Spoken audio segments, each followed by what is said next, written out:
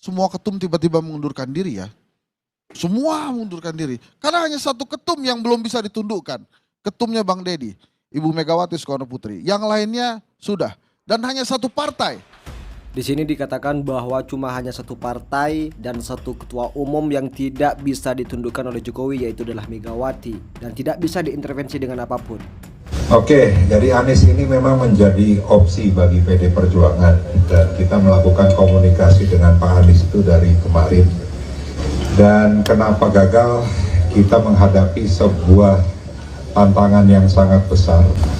Tangan-tangan yang tidak menyetujui Pak Anies diusung oleh PDI Perjuangan. Siapa Pak? Ya Mulyono dan geng. Nah, ya terus saja Mulyono. Jahat banget ya lawan politik dari Pak Jokowi. Sangat jahat pemirsa. Saya tidak tega banget loh lihat Pak Jokowi hari ini kalau seperti itu kan terus. Apa-apa salah Pak Jokowi. Kesel sebenarnya ya, tapi mau gimana lagi? Ini kan juga bagian dari konsekuensi dan resiko seorang pemimpin. Aduh, astagfirullah. Padahal katanya ya, Ibu Megawati itu adalah satu-satunya ketua umum partai yang tidak bisa ditundukkan oleh kekuasaan atau oleh Jokowi, ya kan? Bahkan yang bicara seperti ini itu lantang-lantang semua suaranya.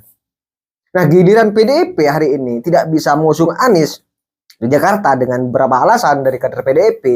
Contoh seperti Ahok dan Adiana Pitupulu, bahwa PDIP itu adalah partai kaderisasi. Ini sudah jelas. Jadi tidak mungkin mencalonkan orang lain selama masih ada kadernya yang bisa dicalonkan atau yang layak katakanlah. Jadi akhirnya Anies itu gagal, tidak diusung di Jakarta dan diisukan di Jabar, kan begitu. Ketika di Jabar ternyata Anies sendiri yang menolak atas tawaran PDIP yang ingin mengusung Anies sebagai gubernur Jabar dengan alasan juru bicara Anies sendiri, Anies masih lebih tertantang di Jakarta dan bahkan lebih banyak orang Jakarta yang menginginkan Anies. Nah, mirisnya terkait dengan isu Anies dan PDIP, lagi-lagi kenapa kok Jokowi yang disalahkan? Ketua DPD PDIP Jawa Barat katakan bahwa gagalnya Anies di Jabar itu dikarenakan ada intervensi dari Jokowi. Kenapa kok Jokowi lagi pemirsa? Apa kok Jokowi? Erlangga mundur kok Jokowi? Prabowo menang Jokowi? Demo mahasiswa ulah Jokowi? Semuanya serba salah Jokowi, serba serbi Jokowi.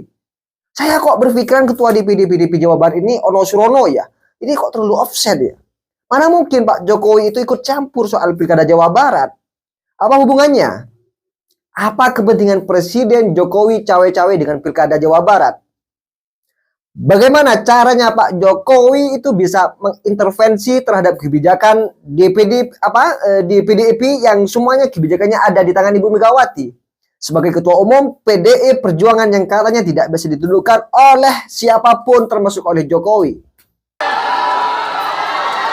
Ini kan secara tidak langsung PDIP ini menjilat ludahnya sendiri yang katanya tidak bisa diintervensi oleh siapapun. Dan sekarang beda lagi loh ceritanya. Katanya PDIP diintervensi oleh Mulyono dan para gengnya. Padahal kader PDIP sendiri, ya kan, yang sekarang hari ini masih menjabat sebagai menterinya Pak Jokowi, ini masih mengakui kehebatan Pak Jokowi. Bahkan sampai nyaris menteri Pak Jokowi yang dari PDIP itu katakan sulit untuk mencari pemimpin yang seperti Pak Jokowi. Ini masih terbaru loh mirsa. Ini pengakuan dari kader PDIP sendiri. Dan juga masih ada Bambang Pacul kan sering katakan Pak Jokowi itu adalah orang baik. Coba kita simak terlebih dahulu mirsa terkait dengan penjelasan dari kader dari PDIP yang masih menjabat sebagai menterinya Pak Jokowi yang katanya kemarin masih meminta izin sebagai wakil gubernur di DKI Jakarta kepada Pak Jokowi, dan Pak Jokowi hari ini merestui. Coba kita simak bersama terlebih dahulu mirsa. Yang kedua, suka mau nggak mau, suka nggak suka, ketika kita sudah tahu, kita harus membuat literasi media, memberikan pengajaran kepada publik untuk itu dengan cara-cara yang gampang. Nah, sekarang ini sosial media kan begitu maju dan begitu bebasnya. Orang mau kritik apa saja diperbolehkan. Betul. Tetapi yang menjadi problem adalah ketika orang kemudian dia tidak belajar bahwa ada rambu-rambu yang harus dia patuhi, ada rambu-rambu yang harus dia ikuti. Apa aja tuh, Pak, Ada rambu-rambunya? undang-undang misalnya tentang ITE misalnya lah. Iya. Banyak orang yang terkena persoalan hukum karena dia melanggar itu gitu ya. Iya. Dan itulah yang menjadi kemudian mereka menyalahkan pemerintah, dianggap melakukan represi, dianggap memberikan tekanan kepada kelompok oposisi, padahal bukan itu. Kan banyak sekarang ini yang hate speech yang mereka lakukan sendiri. Betul.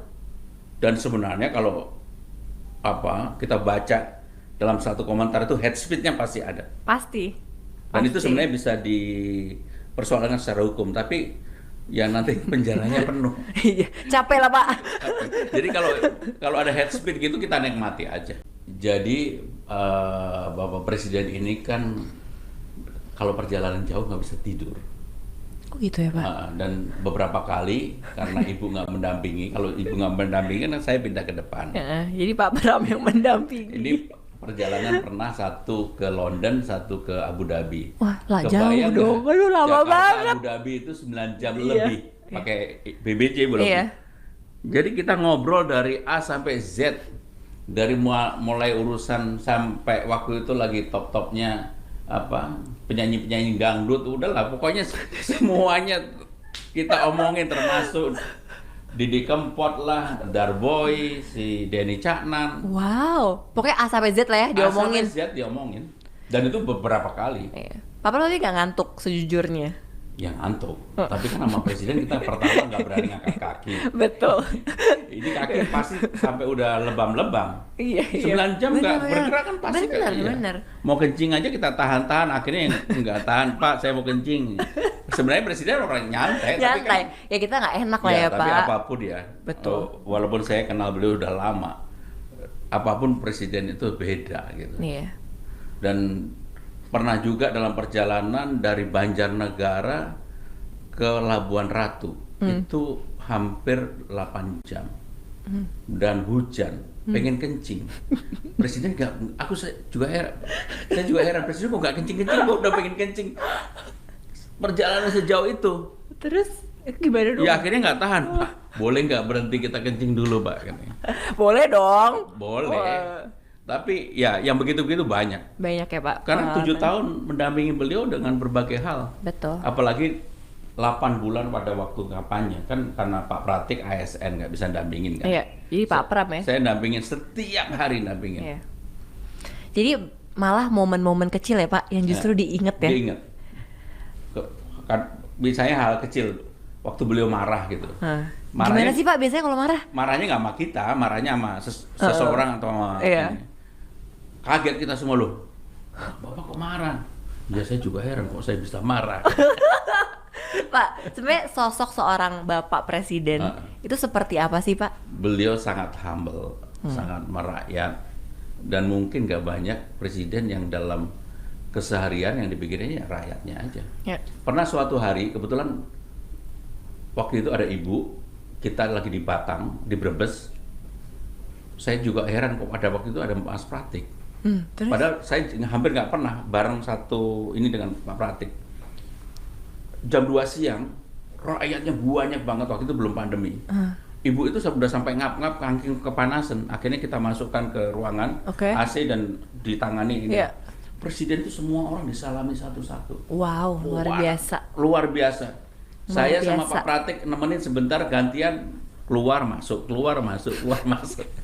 Hebat Nggak banget tahan. sih Pak Presiden. Dan itu kalau Hebat nggak pakai sih. hati nggak bisa. Bener. Capek pasti Pengalaman Pak. lagi waktu di Jambi dengan suku Talang Mama. Itu sudah hampir maghrib, kita pakai helikopter harus balik ke Jambi. Kita udah ingetin beliau, Pak ini waktu nggak memungkinkan.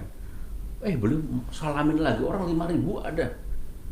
Hebat sih. Suku orang dalam, beliau salamin satu-satu. Ya. Akhirnya masuk itu sebenarnya udah nggak boleh terbang, udah jam 6. Ya. Dan pas pampresnya udah bilang ini nggak boleh terbang, tapi kita nggak mungkin tengah hutan. Ya. Akhirnya terbang dan yang begitu-begitu banyak Banyak ya. pengalaman. Pak, tadi kita udah ngomongin soal Bapak Presiden. Nah tadi kan Pak Pram udah bilang kalau Pak Pram adalah ketua kelas. Ribet gak sih Pak ngurusin menteri-menteri Pak?